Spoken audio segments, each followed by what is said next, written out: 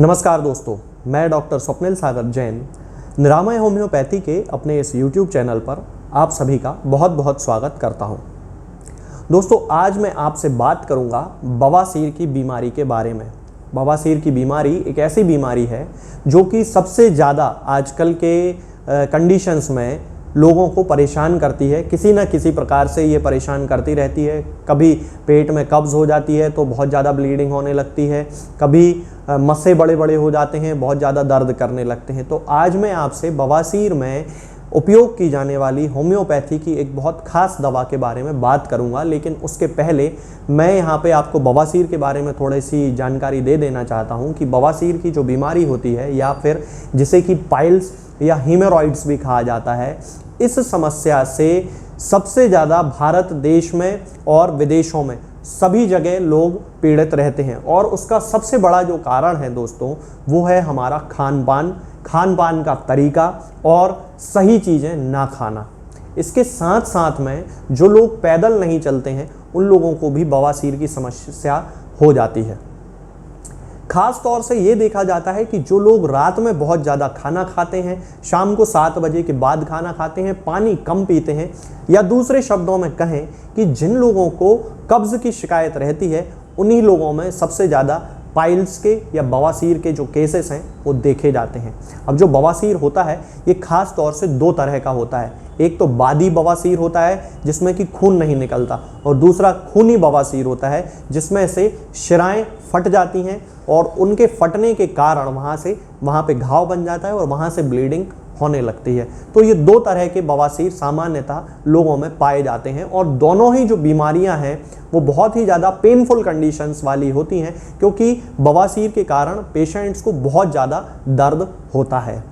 अब होम्योपैथी में तरह तरह की दवाएं हैं, बहुत सारी दवाएं हैं जो पेशेंट के सिम्टम्स के अनुसार बवासीर की बीमारी में दी जाती हैं। इस पे ऑलरेडी मैं एक वीडियो बना के डाल चुका हूं जिसमें मैंने बहुत सारी दवाओं के बारे में और उनके सिम्टम्स के बारे में बताया है। उन्हीं में से आज मैं एक दवा के बारे में आपसे बात करूंगा, और वो जो दवा है वो है एस्क्यूलस हिप्पोकैस्टेनम का मदर टिंचर। ये जो मेडिसिन होती है दोस्तों, ये बादी बवासीर के लिए लगभग एक स्पेसिफिक मेडिसिन के रूप में काम करती है, और लगभग 90% केसेस जो बादी बवासीर के होते हैं वो अकेले इस एक मदर टिंचर के यूज से या फिर इसकी पोटेंसीज के यूज से वो पूरी तरह से ठीक हो जाते हैं, ऐसा देखा जाता है।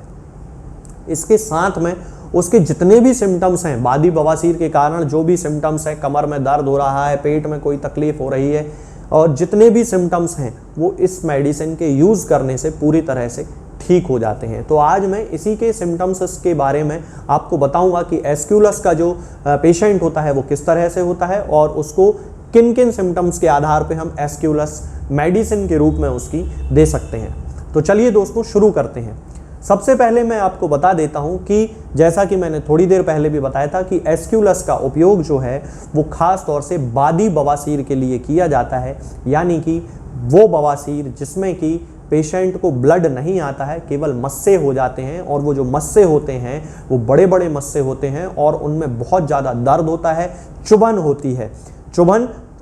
कांटा गड़ने जैसी चुभन होती है रेक्टम में, एनस के आसपास, यानी कि मलाशय में और मलद्वार के आसपास कांटा गड़ने जैसी, सुई चुभने जैसा जो है वो दर्द होता है, चुभन होती है। अब ये वाली जो चुभन है वो नाइट्रिक एसिड के पेशेंट में भी देखी जाती है। तो नाइट्रिक एसिड हमें किन कंडीशंस में यूज़ करना है? तब जबकि पेशेंट को फ्रेश होने की शुरुआती अवस्था में, यानी कि जैसे ही वो मल त्याग करना शुरू करता है तुरंत ही उसे चुभन जैसा दर्द होने लगता है, उस कंडीशन में हम नाइट्रिक एसिड का यूज़ कर सकते हैं। और जब किसी पेशेंट को मल त्याग करने के कुछ घंटों बाद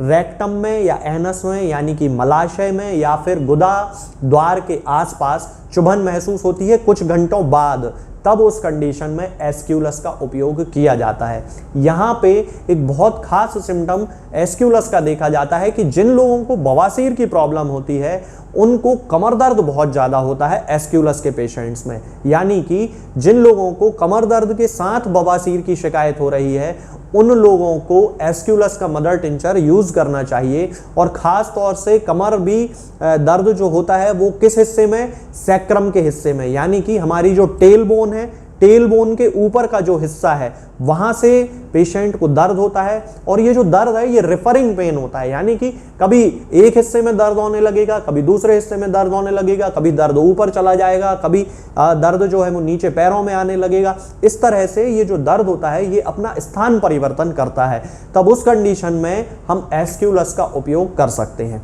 इसके साथ साथ ही जिन जिन बीमारियों में ब्लड इकट्ठा हो जाता है, वीनस ब्लड, यानी कि वो ब्लड जिसको कि वापस हार्ट में जाना चाहिए था, दिल में जाना चाहिए था, लेकिन किसी कारण से वो वहां तक नहीं पहुंच पा रहा है और वहां जो वेन्स हैं उनमें इकट्ठा हो गया है, तब उस कंडीशन में यदि वहां पे ब्लड के इकट्ठा होने के कारण पेशेंट को हैवीनेस महसूस हो रही है, मान लीजिए कि रेक्टम का ही केस ले लें कि जिन लोगों को बादी बवासीर की शिकायत है और वहां पे वीनस ब्लड जो है, यानी कि शिराओं में बहने वाला जो ब्लड है, जो रक्त है, वो इकट्ठा होने लगा है और उसके कारण उसको रेक्टम में यानी कि मलाशय में भारीपन का अनुभव होता है, जैसे कि वहां पे कुछ भरा हुआ हो। तब उस कंडीशन में यदि किसी और अंग में भी ऐसे सिम्टम्स दिखाई दे रहे हैं कि वहां पे नीले रंग का ब्लड इकट्ठा होने लगा है, नीला पड़ने लगा है वो हिस्सा, तब उस कंडीशन में भी हम एस्क्यूलस का उपयोग कर सकते हैं। इसके साथ साथ ही दोस्तों इसका एक और बहुत खास सिम्टम होता है कि आर्सेनिक के जैसे ही, यानी कि आर्स अल्ब जो होम्योपैथी मेडिसिन होती है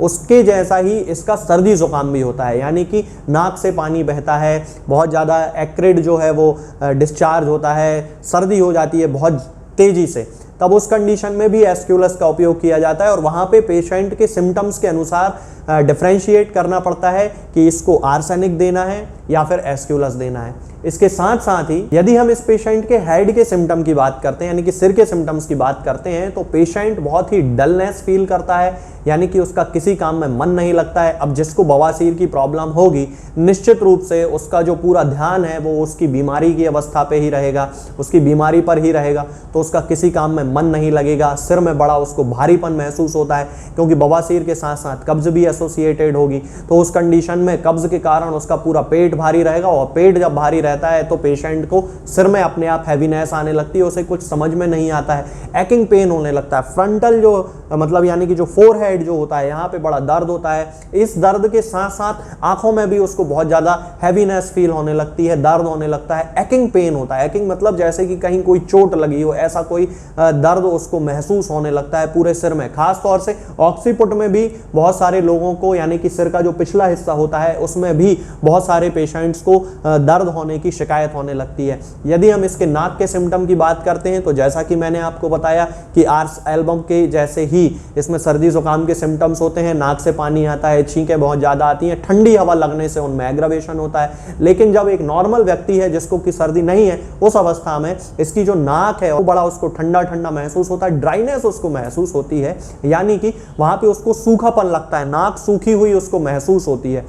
यदि हम इसके गले के सिम्टम की बात करें तो जैसा कि मैंने आपको बताया था कि वीनस स्टेसिस की प्रॉब्लम जहाँ पे होती है, यानी कि खून इकट्ठा जो हो जाता है वेन्स में, उस कंडीशन में यदि ये सिम्टम गले में देखा जा रहा है, मान लीजिए किसी को फेरेंजाइटिस हो गया है या फिर किसी को टॉन्सिलाइटिस हो गया है और वहाँ पे जो वेन्स हैं उनमें ब्लड इकट्ठा होने लगा, एनगोर्जमेंट होने लगा है, गले में उसको चुभन जैसी महसूस हो रही है, जैसी कि रेक्टम में चुभन महसूस होती है वैसे ही यदि गले में वीनस स्टेसिस हो रही है तो गले में भी उसको चुभन महसूस होगी। ये मैं फेरेंजाइटिस की बात कर रहा हूँ। तब उस कंडीशन में हम एस्क्यूलस का उपयोग कर सकते हैं। यदि हम इसके मेल जेनाइटल्स की बात करते हैं तो जिन लोगों को बवासीर के साथ साथ प्रोस्टेटिक फ्लूइड के सीक्रेशन की शिकायत होती है, यानी कि जब वो लैट्रिन करते हैं, स्टूल पास आउट करते हैं, तब उस कंडीशन में उनके पेनिस से एक चिपचिपा पदार्थ निकलता है, तब उस कंडीशन में भी एस्क्यूलस का उपयोग बड़ी ही सफलता के साथ किया जाता है और खास तौर से तब जबकि वहाँ पे कमर दर्द भी पेशेंट को हो रहा हो। और इसके साथ साथ यदि हम फीमेल जेनाइटल सिम्टम्स की बात करते हैं